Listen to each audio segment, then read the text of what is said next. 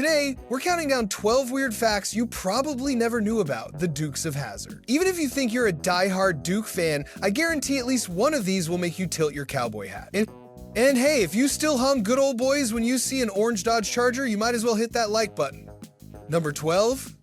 Here's the thing about the Dukes of Hazzard. The real star wasn't Bo, Luke, or Daisy, it was that bright orange Dodge Charger, and the show destroyed them, a lot of them. At the end of its run, the production had chewed through an estimated 325 Dodge Chargers. That's right, on average, more than one General Lee per episode met a tragic end. Most died mid-jump, their suspension folding like a cheap lawn chair. Only a tiny handful of originals survived. Today, owning one is like having a piece of television holy relic, expensive, rare, and covered in questionable paint. You know, them Duke boys never was much on waiting. It's weird to think that a good old boy icon was basically an endangered species by 1985. Number 11. Bo Duke might have been the picture of Southern charm, but actor John Schneider wasn't exactly born and raised in Hazzard County. In fact, he was a New Yorker. When he auditioned, Schneider showed up in ripped jeans, a flannel, and even carried a six-pack of beer just to sell the good old boy vibe. Oh, and one more thing, he lied about his age. Schneider was only 18, but he told producers he was 24. Somehow, the fake beer drinking, older than he was act, worked, and he landed the role. You're dang right it's an outrage. You could have killed our Uncle Jesse, boss. You've done some pretty low-down things in your life, boss, but nothing. So yes, Bo Duke's smooth-talking charm started with a little off-screen trickery. Honestly, it feels fitting. After all, the Dukes of Hazzard was always about outsmarting authority. Number 10. Some television stunts are carefully choreographed. Others happen because an actor trips. Case in point, the famous hood slide. Tom Wopat, who played Luke Duke, first did it completely by accident. He went to jump over the General Lee, slipped, and slid across the hood instead. Instead of cutting the scene, the crew loved it. Suddenly, Luke's smooth move became a signature. From then on, the hood slide was as much a part of the show as Daisy's shorts or Boss Hogg's appetite. It's kind of poetic. One clumsy moment became one of TV's coolest character trademarks. Just goes to show, sometimes the best stunts aren't scripted, they're just happy accidents. If we could have crossed Willow Creek, we could probably cut them off.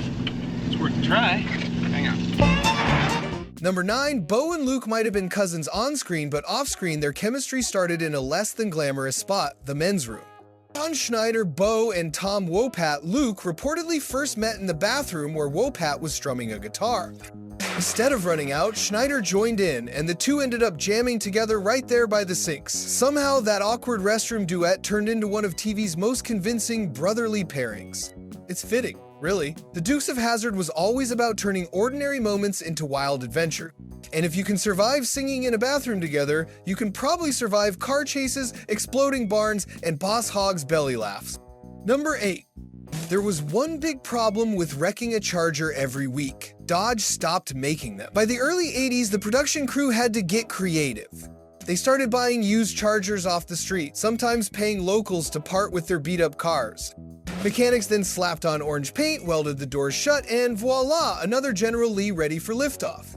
At one point, they even used remote control miniatures for certain stunts, because finding full-size cars was getting too expensive. Watching closely, you can sometimes tell the difference. It's one of the strangest behind-the-scenes hustles in television history, basically turning Hazzard County into a Charger adoption program. Number 7. Everyone remembers the twangy theme song, Good Old Boys. But did you know the man singing it was also narrating the show?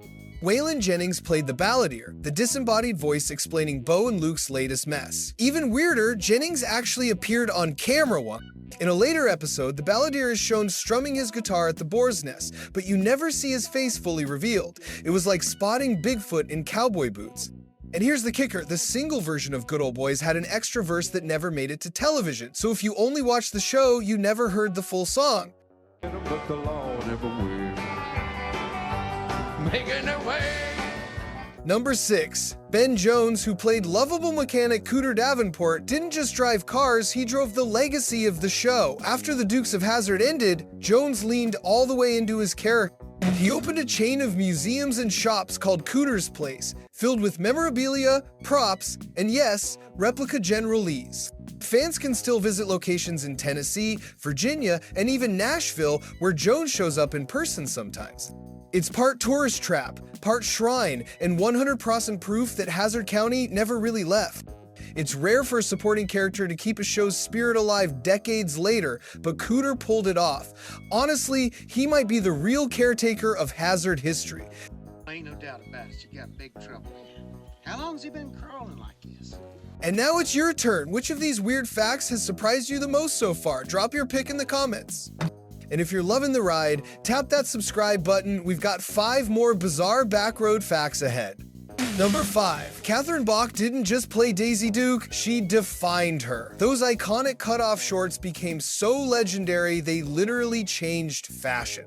But here's the kicker, Bach's legs were once insured for $1 million during the height of the show's popularity. Yes, really. The producers treated Daisy's legs like a national treasure, just in case anything happened to their biggest non-automotive asset. It was part publicity stunt, part practical business move, but it worked. Magazines couldn't stop talking about it. Between her wardrobe and her insurance policy, Daisy became bigger than the show itself. To this day, people still call short denim cutoffs Daisy Dukes. That's not just pop culture, that's forever.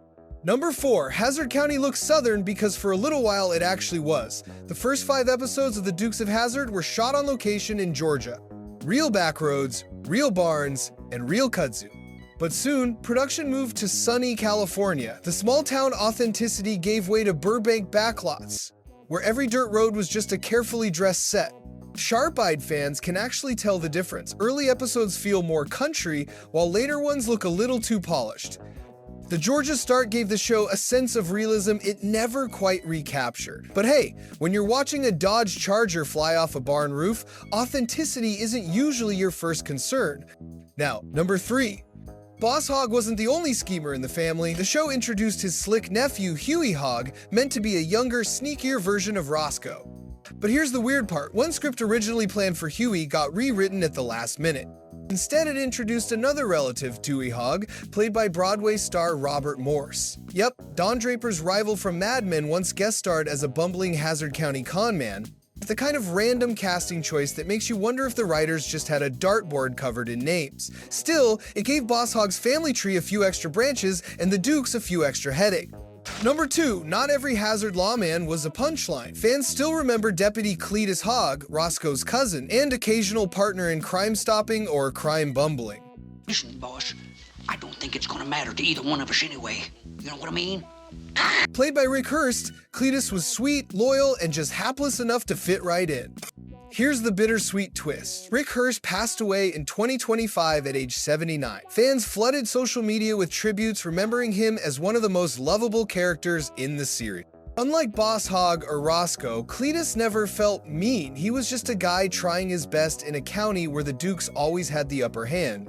It's a reminder that even the side deputies left a big mark in Hazzard history.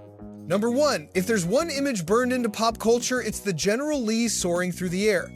The very first episode, One-Armed Bandits, 1979, featured the car's most legendary leap over a police cruiser. That stunt wasn't just iconic, it was catastrophic. The car flew so high and so far that it bent upon landing, destroying its suspension and frame. The wrecked Charger was basically scrap metal, but the footage was so jaw-dropping that producers reused it for years in the opening credits. Every fan who watched the show saw that doomed jump over and over again. It's poetic in a way. The greatest stunt also killed the car that pulled it off. And yet, without that single leap, the Dukes of Hazzard might not have become the high-flying yeehaw legend it is today. So there you have it. The Dukes of Hazzard wasn't just about fast cars and southern charm. Behind the curtain, it was a mix of happy accidents, strange decisions, and enough wrecked Chargers to start a junkyard. From Daisy's insured legs to Waylon Jennings' secret cameo, the weirdness was half the fun, and maybe that's why the show endures. It wasn't perfect, but it was proudly, gloriously messy. The kind of television where even the mistakes became legends.